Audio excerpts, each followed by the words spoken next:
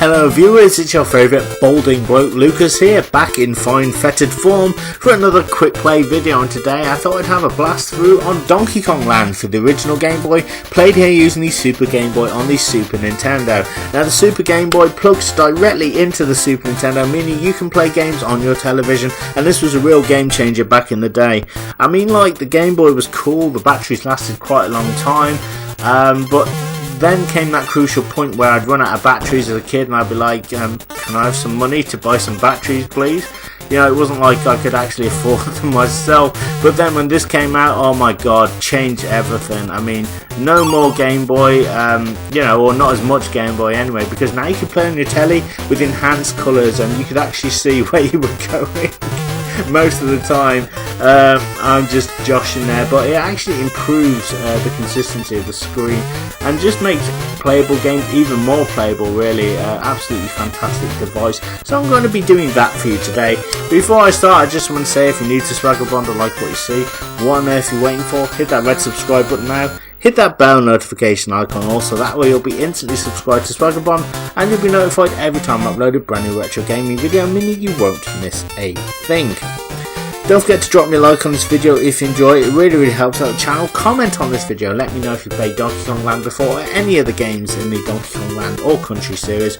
I'd love to hear from you, and also if you've played Donkey Kong 64. That's kind of a sore point for me actually, very disappointed with that game. But you know what, Rare were masters at the crafts. I mean, they've done Donkey Kong Country, Killer Instinct, I don't know, some first person shooter based off some Bond film, or I think it was called Golden Eye or something. Personally, I don't think it ever caught on myself. But anyway, I'd love to hear from you. Don't forget to share this video around as well with everybody that you know, anybody you think might be interested in this type of retro content. So it really helps with YouTube's algorithm. It allows my channel to grow. It means more blokes and birds across the land will be able to find and access my content consistently and each. And finally, you can find my social media. There will be links in this video description. So without any further ado, let's get started. It's on like Donkey Kong. Let's do it. So the story is essentially the same as Donkey Kong Country in a way. Cranky Kong bets to Kongs that they cannot get the Horde back on Game Boy due to its, you know, not so great graphics. Donkey Diddy want to prove Cranky wrong, and the chase is on because let me just see if I can change the controls right here, because King K.Rool has once again stolen the Banana Horde, and now we're back in some all new levels. So I like to think of Donkey Kong Land as like a mission pack full of extra Donkey Kong Country levels. I mean, it has worlds, but it kind of does has a theme, but it likes to mix and match the levels a little bit early on. So it's like 1 minute you'll be in the jungle, the next you'll be in the snow. You know, it's never sort of like in the snow, you know what I mean, like you had an actual snow world, but here it's just like you could be doing anything at any time, which I think is really cool. It's also great music. I don't know what happened there, what killed me. Oh okay, there's something down there. So yeah, the camera is a wee bit dodgy here, gotta be careful of that. We will be picking up like some really cool items as well. You'll see there's coins now we can pick up, and we didn't do that in Donkey Kong Country, so what on earth are those coins for? Well, the coins are actually for a special bonus area, or several bonus areas we can access, which will allow us to get extra lives, something not seen in Donkey Kong Country, which was a nice change of pace. And look at that, we've even got old Rambi the Rhino as well, who works very well just going straight ahead, but I will say having to platform with them is an absolute nightmare. But it's great that Rare kind of tried some new things, I think. There we are, picked up a cheeky extra life there, and we're just going to pick up some nanas, and we're going to carry on. So yeah, I just felt like playing this today. I'm a huge advocate for Donkey Kong Country and Donkey Kong Land games. I honestly think they're some of the best games ever made, and I champion them whenever I can. I know a lot of people kind of disregard Donkey Kong Land and the sequels, and probably you've never played them because, well, if I've got the country games, why do I need to play them on Game Boy? Well, I highly recommend playing them because, yes, okay, they're not going to be as detailed as the Super Nintendo, but like take Donkey Kong Country 2, right? That's fantastic on the Super Nintendo. Donkey Kong Land, people said, oh, it's the same game. Well, yeah, it's the similar aesthetics, same level names, but the level layouts are completely different. So really, you're getting like almost like a slightly different game. I would say a little bit more challenging as well than Super Nintendo.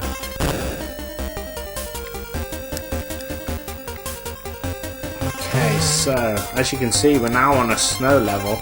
It looks absolutely fantastic. Very highly detailed. And I remember as a kid playing this when it was actually snowing. That's how sad my life is. I like playing games like to reflect the weather. So yeah, it was freezing cold. And I think I had like a nice hot cup of tea and I just played Donkey Kong Land. I thought it was cold. So it kind of reflected what was happening at the time, I think. Right, we have some new enemies. I believe this guy's called Hogwash.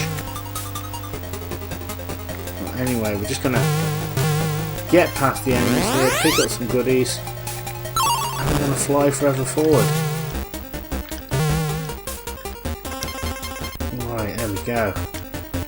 But yeah, Kongs do move a wee bit slower on this one than they did on the Super Nintendo, so there is always that, and I think that's one of the game's complaints, but it's like most of those complaints have come like in hindsight, which is a wonderful thing. And yeah, I do kind of agree that now they are a bit slow, but you know what, it works really well. You know, you can adapt to it, you know, and it's the Game Boy, and they kind of did improve upon the graphics in like future games like Donkey Kong Land 2. The sprites are much smaller and drawn differently, so that there's more space, there's a little bit more speed going on. And Donkey Kong Land 3 is probably one of the best looking games I think you could ever get on the Game Boy. And there we are, boom. Okay, second level done. So I'm not going to be going for all secrets, I'm just going to try and have some fun with the game and just, you know, talk about my general retro gaming memories and stuff. So yeah, Donkey Kong 64. Now, it's kind of a sore point for me because I was very disappointed with it. I don't know, maybe I just needed to give it more time, but I remember back in the day, I've got to think about this now. So I had the expansion pack. I think I brought it out right actually. I did hear or read in, I think it was like Nintendo N64 magazine, the expansion pack was coming out. Perfect Dark was coming out as well. So I believe I brought the expansion pack on its own. And then when Perfect Dark came out, I brought Perfect Dark, and that came, I think it came with the expansion pack, I'm not sure. I'll have to look it up. I'm pretty sure one of the games came with the expansion pack. It may have even been Donkey Kong 64, but anyway, I had two expansion packs. So I traded one expansion pack with some guy that my brother knew. This guy could actually chip PlayStations, and he chipped my PS1, so I was able to play Japanese games and stuff. Not that I ever got into the import scene, because you know I'd never really done that before, and like, but I did got to play like Smackdown or some. I think I got to play Smackdown and Rugrats, two early titles which weren't even out yet, or something like that. So, but anyway, and I can't remember. I think Perfect Dark came out first. Then it was Donkey Kong 64. So I had Donkey Kong 64, and I just could not take to it for whatever reason. I guess because I was used to 2D, and that's the thing. Like, I had this real problem, and I think I still do, where I played so much 2D games, even when the PlayStation and stuff was out. Even when I had the PlayStation, I was still playing on the Super Nintendo. I was so used to that, and it's kind of like all of a sudden now developers were saying, well, now you have to go into 3D now. That's just the way things are going, which is fine because it's progress. I've no problem with that, but I'm really making this not look good. There we are. But yeah, and the characters as well. I know why they did the characters, but people aren't a fan of Kiddy, I understand that. Or Dixie Kong didn't even return, so it was like tiny, lanky. I'm like, who are these people? I don't know them at all. You know what I mean? I'm just like, I don't recognise them. And maybe it's a game I will give another shot one of these days. I mean, I do know it's very, very collection heavy. There's loads of stuff to find and do, which isn't too bad, I suppose. You definitely get your money's worth, but a lot of games say it's very exhausting to play because you have to collect so much. But yeah, I mean, I don't know. It was like one example of maybe they'd gone too far, I don't know. But I don't think it's a bad game, I think it's just one I just need to adapt to. I guess I'm more of a sandbox gamer, you know, the worlds are playing Call of Duty and things like that, and I'm still playing the 2D platformers that I grew up with. But I think that's thanks to my childhood, because from a young age I was exposed to a lot of video games, like from the Commodore 64 to Super Nintendo to NES to Mega Drive. I played a lot of video games, despite not even owning a console at the time, so I'd always have friends who have the new consoles and stuff, so you know, that's when most of my gaming education came from. I remember, like, I'd go with my friend round to his house every day. We'd just go around and we'd just play Super Nintendo. That's all we did all day. We'd play Mario World, Lamborghini American Challenge, Pilot Wings, Turtles in Time. I don't know if he had, I'm sure he had other games, but those seem to be the ones that he played the most. And we'd go to the local swap shop, which was about the size of about 6 telephone boxes. It's really, really tiny, but packed full of games for the NES, Super Nintendo, Mega Drive and stuff. And I'd always be so jealous of the bloke who owned it, because he had like the old school telly, he had like piles of games. He was like sat in his chair, and like the old school telly had like Street Fighter 2, a demo. It was like a proper shop where you'd have like a demo, but you'd just have a TV screen. I think it was Street Fighter 2 Turbo or 2 or one of them on there. But I used to be so jealous, and I thought, God, this is the life for me. You know, gaming magazines just sprawled out everywhere, and you know, I think that's why I do YouTube, because it's like, I just want to be that guy. You know, I just love talking about and playing games. It's one of my favourite things to do, and something I've never quite gotten over. I mean, I've never really wanted to do anything else, if I'm honest. I mean, I've had jobs, I mean, I've had different careers and things, but for some reason gaming has always been the one thing that I've just consistently come back to, because it's the thing that I enjoy doing. Not that I, you know, didn't enjoy some aspects of working, but you know, gaming is, for me, it's like magical. It's like Wonderland to me. You know, these games are just incredible. You know, to be able to play them today and just look back at them and, you know, talk about the good old days. You know, and gaming was just, you know, at its peak, and like the excitement waiting for the latest issue of Games Master or N64 magazine to come out, to see even more screenshots of the new Perfect Dark or whatever game's coming out, was exciting for me. Even the games that didn't get released, I always remember seeing something for Killer Instinct 2. It was supposed to be coming to the Super Nintendo. I remember, I think it was like the holidays or something, and I can't remember which magazine I had, but they had this huge spread on Killer Instinct 2 about the characters and the storyline, and I remember reading it over and over again about how, like, after Idol was defeated in the original tournament, it like opened a rip in space and time, and it sent the Killer Instinct combatants to the past, which I thought was a really cool idea.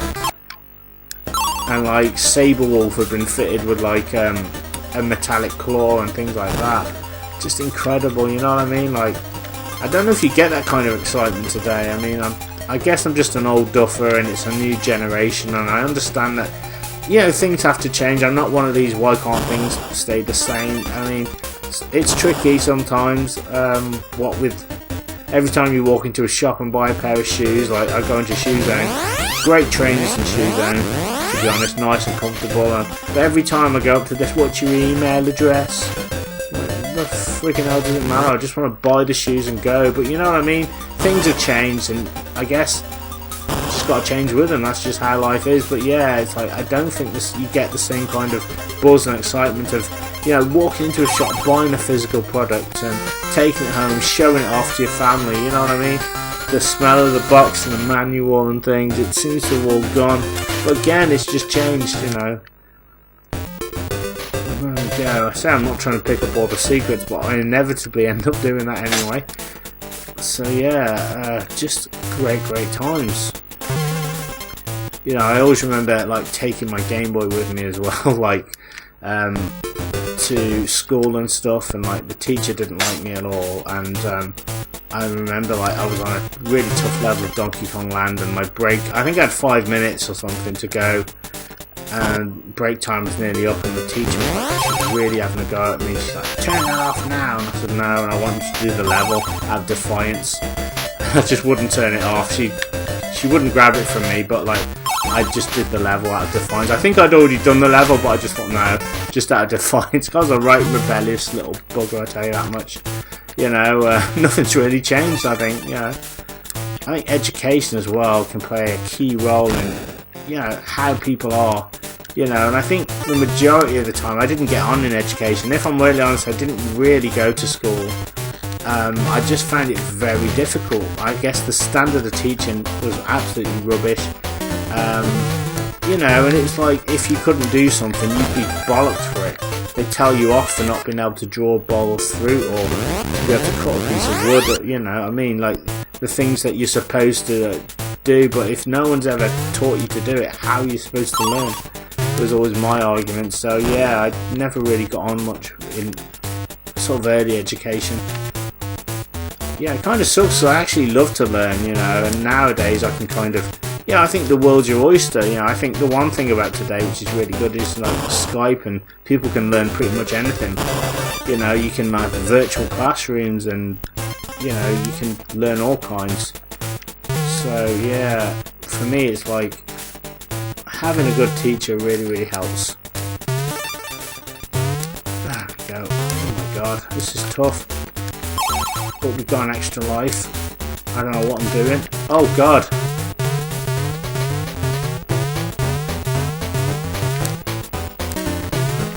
God. Oh my god. Bricking it, man. That was hard. That was hard. There we are. We got it. We got all the Kong letters as well. I think we actually maxed out our lives as well, which is good. You can actually get more lives than you think on here as well. So it looks like it's full, but you can actually get more. Right. Another ship level. So we're going to jump on Hogwash and we're going to pop up here. And we're going to fly across the screen. So I always remember this level being very difficult, and this was before Donkey Kong Country 2, just before, so they'd introduced the rope mechanic where you can climb on ropes. Yeah, I would have loved to have seen this in Donkey Kong Country, the first one anyway, but this must be like, I think this was like ideas that they had that they didn't put into Country and then added this one and Land 2. But yeah, I mean, like Donkey Kong Country 3, I think that's a fantastic game, and I remember one birthday, I think I was like 16 or 17 or something, and I think I'd always wanted Donkey Kong Country 2, but then 3 came out, and I was like, oh my god, Donkey Kong Country 3, and it's a great game. I don't think it's as good as 2, but it is still up there. I remember like getting that and then playing that and thinking, oh my god, this is just amazing. I love the level layouts and stuff, and it was just incredible. Such a great time.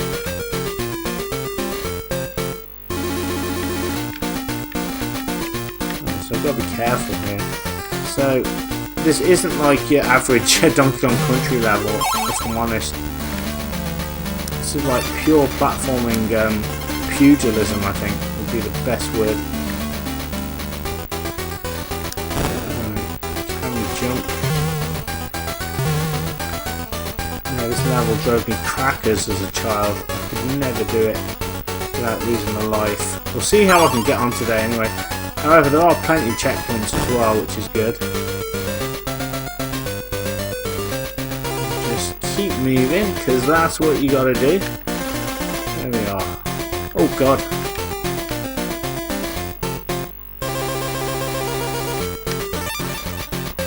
I think we're almost at the end actually. Doing quite well. Somehow I've managed to get through most of this. Alright, okay. Oh, come on! That's why I hate this level, that particular jump there. Absolutely one of the worst jumps ever. We'll see what we can do now.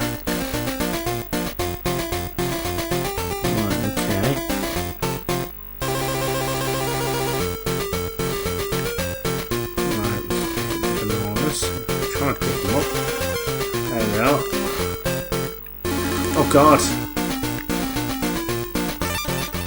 I'm really bricking it. This is not easy, by the way. There we are, we got it. It's like some sort of precise jump you've got to do. Yeah, it forces you to be more platformy. You can't just bounce your way through this one rhythmically. You really got to kind of platform. I remember getting stuck on these ropes for ages as well and thinking, how am I supposed to progress? There we are, it's actually not that hard.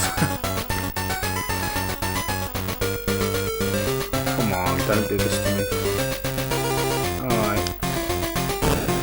There we are. Oh, sorry, I buggered that up. I didn't mean to do that. That was an accident.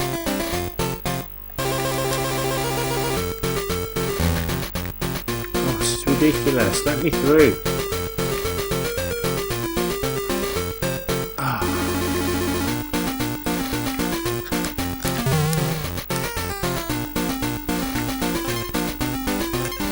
Jump carefully from rope to rope. This one just goes on and on.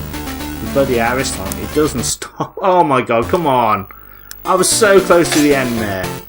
I'm not accepting that. That was a win as far as I'm concerned. Oh, I'm going to get across these bloody ropes again. Yeah, it's not easy this one.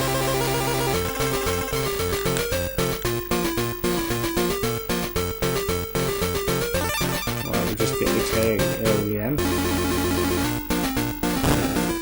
Right, okay. Oh, jeez Louise. There we are. Whoa. Gotta get this right now. If I could just get this, that would be good. So just get across.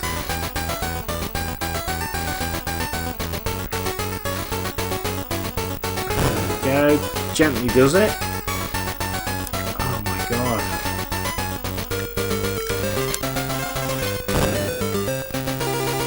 There we are, we got it. Alright.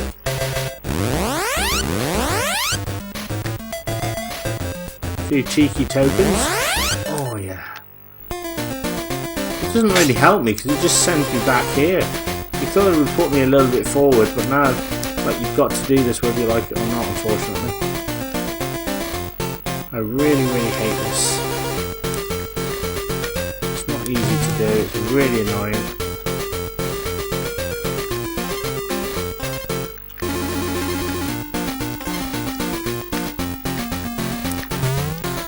Right. Oh, hang on. Right, well, I didn't lose there because I was actually on dry land. That's one of the problems with this game. I forgot to mention is that the camera's just absolutely crap. Like, it's great zoomed in, but like when you've gone up to an area, even though there's ground below you, you'll still die. It makes no sense. I don't know why it does that, so I'll try that again. Oh, fluff. Really hate him to do this, but yeah, this level is like my Achilles heel. I really hate it. I can't even remember its name. I think the name's in the manual or something, which I don't know anymore, but anyway, there we are. I really just want to get through this if I can. Oh, come on, balls. Balls here. Thank God for the invincibility frame. Right. Now the problem is I'm not like a heavier character, so I might not be able to do this. We'll see how it goes though. See, what's the point of that? Why would you put a frigging barrel up there just to send me back down? I guess it's for coming back, I don't know. There we are, new checkpoint, so there we are, I'm happy about that. Right, good. Oh, at least we're picking up those points. Ah, okay, so it'll take me down, so that's good. I won't have to do that BS again. I don't know why this level goes on for so long. Is that it now? Oh, really? I've got to do one more?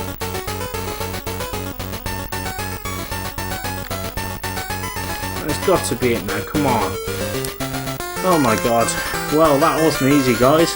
But nothing is, as Blur sings. We did it, we got through it, and that's 1-7 done. 25%, not too shabby. Alright. Boom. Right. So. I'm on another jungle level. I like the fact that they just change the palette every now and again, but this one is actually much better than most of the colour schemes that they have. Actually, this one's a nice cool blue.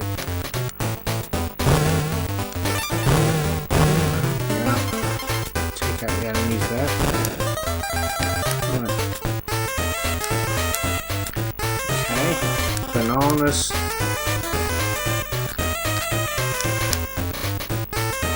Nothing over there. That's alright.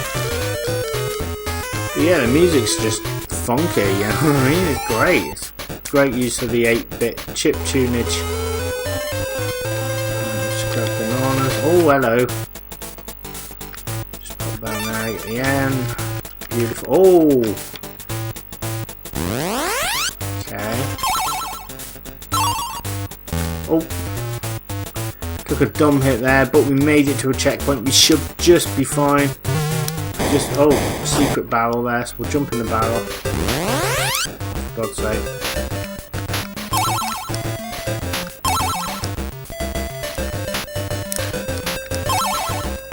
Okay. Got more lives than I know what to do with. Just terrible at this. Oh, come on, one more. Oh, bloody hell. Pressed the button too soon, but well, we're alright, we've got loads of lives. It's not like we're going to run out in a bit anyway. I think we can re-enter the bonus room as well if we need to, but well, we're fine. So we've got another barrel now. Look at this. There was no reason that Rare needed to do this, but it looks so cool. You can actually go through that cave. I think that's so awesome. Go, we'll just do the old handstand. Cartwheel, I should say. Handstand. Just grab the KO, the energy, and it should be getting to the level now, hopefully. Right, so we'll go ahead and nip in the barrel. There we go. Not too shabby, we're doing well. And that's how you do it, ladies and gentlemen, no messing around. Whew. So far so good. Right, now the final snow level before the boss. Right, can I get into there? Yes I can. Right. Oh, you are joking. Man oh man.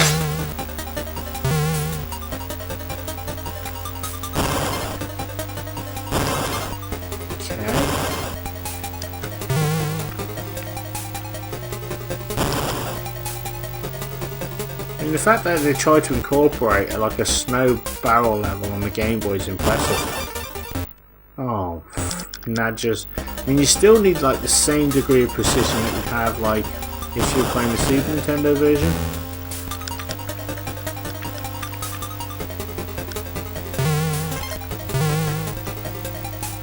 Oh, I think I found a secret. I think I found a secret portal. Let's see if I can get that again, actually. What did I do? Did I just... There you go, alright. Secret portal, I finished the level, alright. Well, I guess we don't need to worry about that then, and we'll just move on to the boss. Fan-dabby-dozy. Alright, here we go. So we've got this, I guess it's a stingray boss. I don't know, but yeah. Rare changed up the bosses in this one. They wanted to do something a little bit different. Oh, balls. I've never had any problems with this guy. I guess it's because I'm getting old.